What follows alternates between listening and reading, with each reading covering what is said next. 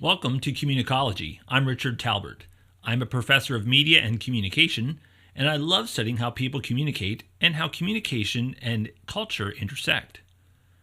In a previous episode, I talked about presentism, the idea of focusing so much on the now that you don't have time for the past, you definitely don't have time for the future. We get rid of historians, we get rid of dreamers, because everything is all about the now.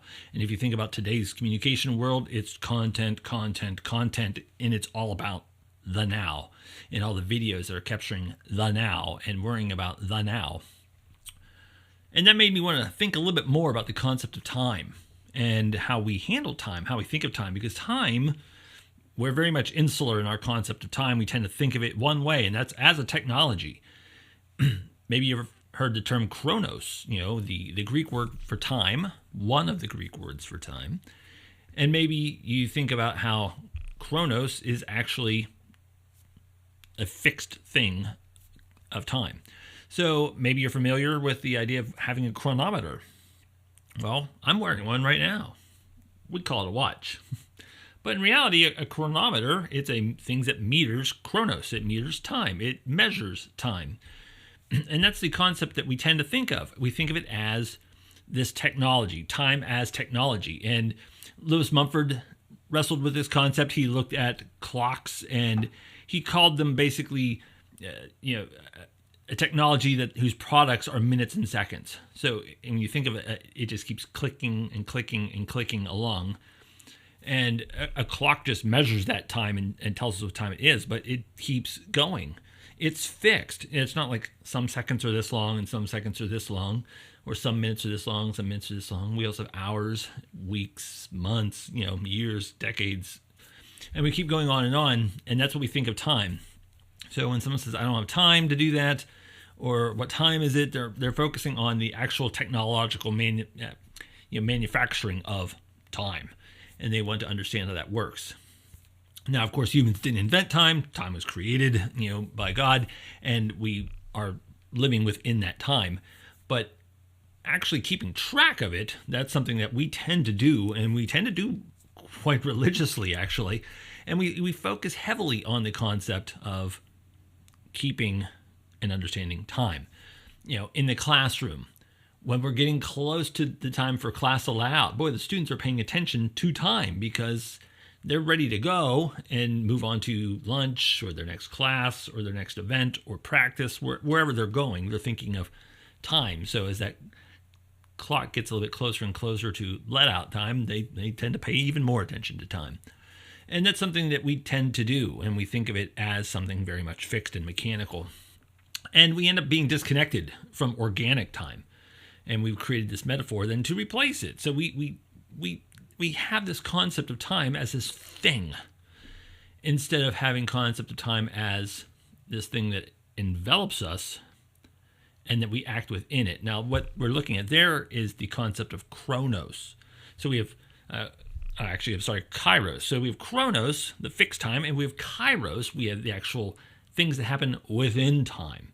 So when you think about when you get together with friends and you're not paying attention to your watch and you're just hanging out, enjoying each other's company in that moment and in that time, that's when we start understanding the concept of Kairos even better. So Chronos, again, think of those fixed minutes and seconds that we tend to be mechanized and technological in understanding. Kairos is much more organic and much more of a spirit of what's happening within the confines of time. So organic, technological. So think of it that way. And, I don't know if you've ever seen the movie The Langoliers. Now, this is an old TV movie, and it's fantastically campy, but it's also very wonderful and thought-provoking in how it works, because it's based off of an old Stephen King short story called 4 Past Midnight. And the concept is basically this. There is an airplane that flies through some kind of odd phenomenon, like a time-space rip type thing. And it lands at an airport, and, well, there's a problem. Most of the passengers have disappeared. The airport's empty. There's nobody around. And it makes you think, like, whoa, is this some kind of, like, scenario where, like, the rapture happened and everybody's gone kind of a thing, like you see in sometimes in Hollywood movies and books. But what had happened is they had gone from this continual time stream to a stopped point in time. So when they went through this time rip, it actually was a stopped point in time. And in this stopped point in time, well, the only ones who were existing were the ones who were on that plane.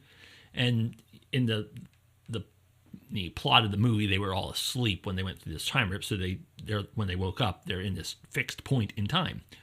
So in the fixed point in time, it's not like time stopped. It stopped for the world, but not for them. So they're living in this fixed point in time. Well, everything is odd. The air seems stale. The food at the airport seems non-existent. Like they can bite it, but there's no flavor to it. It's just like it just exists. It's bland. And they start hearing this noise in the distance and not sure what it is, but as it gets closer and closer, it gets more menacing. And it's what's known as the Langoliers, which are these little creatures which gobble up the past. And they eat relentlessly every aspect of the past in order to make way for the future. So the idea that you can go back to the past in the movie doesn't exist because the past is being erased and eliminated as the clock moves forward. So they're stuck in this fixed point, and here comes the Langoliers, and they have to escape, find that time tear, and go back through it to get back to the current time frame. So they're back into moving time instead of fixed point. And the thing that's really interesting about the concept about this is, well, what would you be doing in every fixed point of time? Because we're constantly moving through fixed points of time, milliseconds after milliseconds after milliseconds. It's moving relentlessly forward, and we're still moving with it. But every moment in time then has a matter to it. It not as in like matters in physical, but matter as in like there's a reason. There's some purpose of being in that time. And you think about the idea of like even like in the MCU when you watch the movie Endgame and they're trying to figure out time travel and try to figure out how can we go and correct issues of the past. We can't go back to the past, but how can we move to what does time travel really look like? How does it work? Of course, in that movie they do go back to the past and they alter time streams and all that kind of fun stuff that also is dealt with a lot in media. So but it's our desire that we want to go back and fix things. But the reality is we can't go back. And Rush Limbaugh, well-known conservative radio host, used to say that, the word if is for children. If only I could have done this, if only this would have happened, if only I could go back and change this. It's a game for children, was his thesis. And the reason why is you can't do it. And who you are now and where you are going is already, that's where we are. You can't do anything about this, but you can do everything about this to help shape this. So in the now, what are you doing? How are you using your time? Now, maybe you're asking, doesn't this conflict with what you were talking about, presentism and all the issues? Well, the problem with presentism is the sheer mania of worrying about and focusing on this. Henry Ford once famously said that history was bunk, which is a silly concept because the idea that history doesn't really matter is a terrible concept because we should be learning and understanding history. Also, presentism ignores, if you remember, the dreamers and how important dreamers are. We need people who can look and think and push ahead because otherwise, what are you doing what you're doing now? Because presentism, you're focused on the now for the sake of now.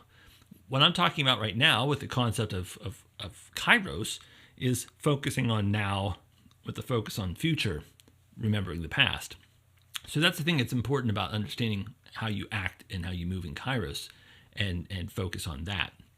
Again, when we're looking at how we understand things like time travel, yeah, it's a cool little fun game, a little mental exercise. What could we do if we change this? If you could go back and fix any mistake, what would you fix? Or if you could go back to when you were in high school, with what you know now, how would you live your life? For most people, that's a disaster scenario. Like, no, thanks. I don't want to. The older you get, the less you want to go back to high school. So here we are now. We're thinking like, okay, so I'm here now. I can't do anything about my past. I've made a lot of mistakes. I've also had some things go my way, But at the end of the day, why would I change any of that? Because they've all made me who I am right now. Now, maybe you don't like who you are right now. Well, that's something you can look at back and say, I don't like that. I'm going to change that so I can move forward. Maybe you love who you are now. Well, what happened in your past to make you who you are? That means considering all the positives and the negatives. Think of all the dumb things you've done, all the dumb things you said. Those are all part of that negative past and have shaped who you are now. The bullies that picked on you, maybe the things that you didn't win, the races that you lost, those kind of things, they all shaped who you are now. So it's not like if you go back and get rid of your errors, it's going to correct the now. It's going to just create new now problems, because if you got everything you wanted, well, what do you think that would do to you right now? If you never made mistakes, what do you think that would do to you now? I mean, what a disaster. We are refined by the fire of life. And sometimes those are things that happen to us externally. Sometimes they're our own fault. We make the mistakes and we cause those problems. So when we have those issues coming along, we then, let's look at the now. And then, like I said, with the concept of understanding Kairos, I've made my mistakes now. And I'm going to look at the future and see how I can maybe shape myself to be a better person. So I've made mistakes. Here I am in the now. What can I do now, having learned from those mistakes and from the victories, and shape myself to be in a better position? Because every minute that goes by, every second that goes by is an opportunity for you to shape things and to shape how you turn out. So it's kind of interesting to think about. Now, the funny thing is I love video games, and most people do. It's the largest media industry in the world. And we start thinking about the idea of video games and the lessons that you learn from video games. If I make a mistake in a video game, I respawn. No consequences. There might be some consequence, like I might lose the gear that I had acquired up to that point. And if once I die, I respawn, but I lose my gear. But the reality is we don't get to respawn in this world. If we die, we're gone. If we make some major error, we can lose everything, and we don't get to hit reset or go back to a previous save point and try again. We're stuck with what we have. But video games kind of teach us that, don't I get a chance to have a do-over? And it's a problem. And you also look at things. You look at the way people address and talk about AI, which is something I'd love to talk more about in another episode. But the idea of AI, you think of the AI issue, people just can't wait to use it. They can't wait to put it into place now. They don't think, well, historically, when a new technology comes along, what happens when we adopted it? What were the good things? What were the bad things? Were we too fast in adopting it? Were we too slow? What happened? They just when new technologies come along, we tend to grab it and want to run with it. AI is so flashy, so sexy, we can't wait to use it, and it creates that issue, that problem. So then we move forward, and we just start using it like crazy, but not caring about what happens in the future. I mean, granted, as a Gen Xer, I'm thinking of all the fun stuff like Terminator and things like that, where have we not learned the lessons, guys? But granted, we don't know the future, we don't know what's going to happen. But the idea that what could happen here? Maybe we should stop and think about this kind of thing. But it just, we're not worried about the future. And students, an incredibly high percentage of students in surveys have said they used AI to cheat. Well, why not? It's a tool. Why can't I just use it? But they don't think about what it's doing to their future. They're just worried about the now. How can I get, and that's always been the problem with cheating. Just AI makes it easier. So if I cheat now, I get grade now. Cool. They don't think in the future that harms me because I'm not a good thinker now. There's stuff I don't know now. Crisis situations, how can I resolve them? I don't know how to do that because I just did AI and it fixed it for me.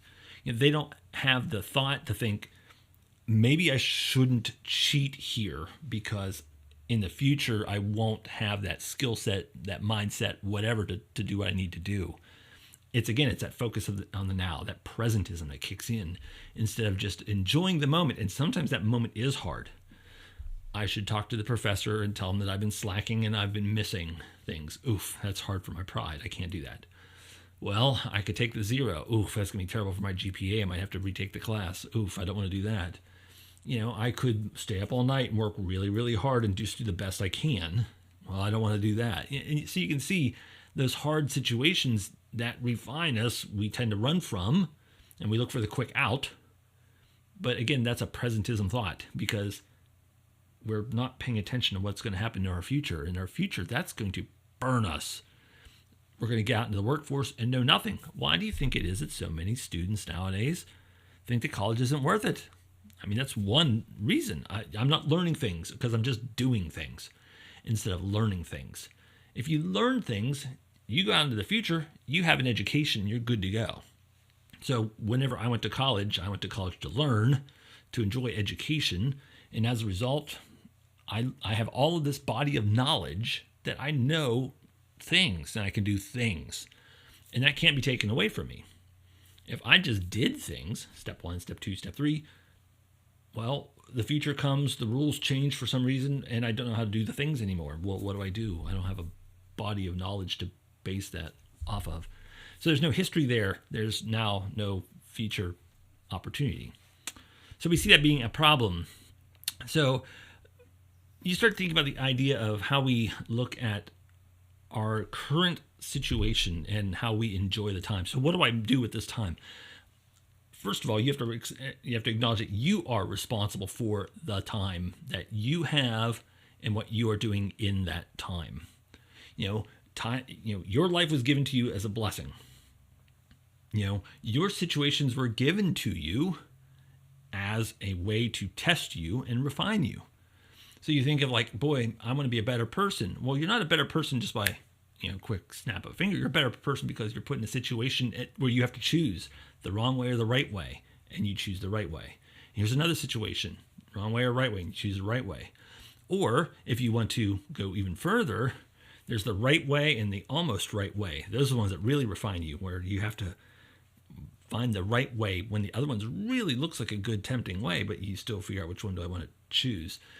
And, sometimes we fail those. We picked the wrong way, we got tempted, and we went down the wrong path. And sometimes we got tempted and we went the right path. But we are responsible for what we do within those moments when we are tested. Also, if you think about like the idea of patience, have you ever noticed that every time you pray for patience that you just want it to come like this, but instead you get the car in front of you going 10 under the speed limit. And you're like, oh, that's not what I wanted. I wanted instant patience, and now I have something to test me and try me. Right. So a lot of people who say that, oh, I'm a patient person, this person probably hasn't been tested adequately. Because there is a point where we lose our patience, and where is that point? So again, you are responsible for what you do within that time, and you have to make a choice. How am I going to act? How am I going to move through that time? And quite frankly, that's a tough one, because we like to do what's best for self. You wake up, you choose to eat, you choose to drink your coffee or your juice or whatever you're doing and get underway. You eat your lunch, you eat your dinner, you sleep, you take care of yourself. So at the very basic nature, you're taking care of self.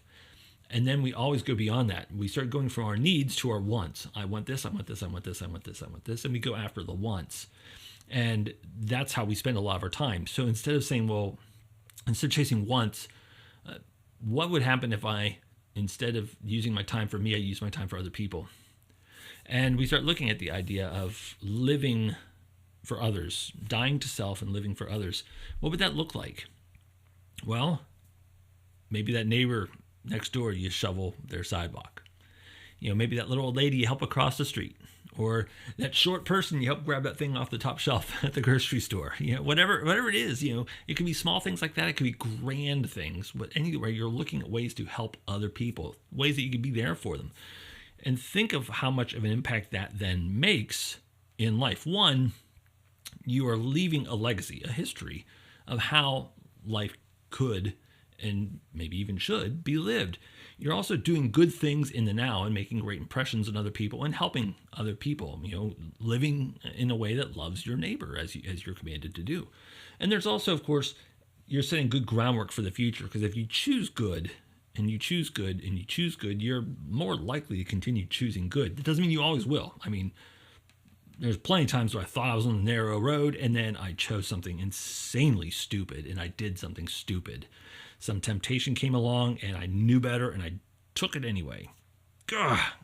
And you're stuck in that. You're stuck doing that, and it's not part of your past. can't change it. So, well, how can I rebound and try to work towards future? So again, when you're looking at the time, and presentism, bad, you're hyper focused on the now, ignoring the past, ignoring the future. But I'm talking about, using Kairos and enjoying the time in the now based on a good foundation of the past and projecting a good move going forward. So that's what I want you to think about today as you're moving around. Start thinking about, how could I use my time well today? Not for my own self needs, but maybe for other people. And that communicates things really well. And it shows people that you're more than just you. You're a person who thinks about others. So that's what I have for you today for Communicology. Thank you very much for tuning in. And please be sure to like, share, and subscribe.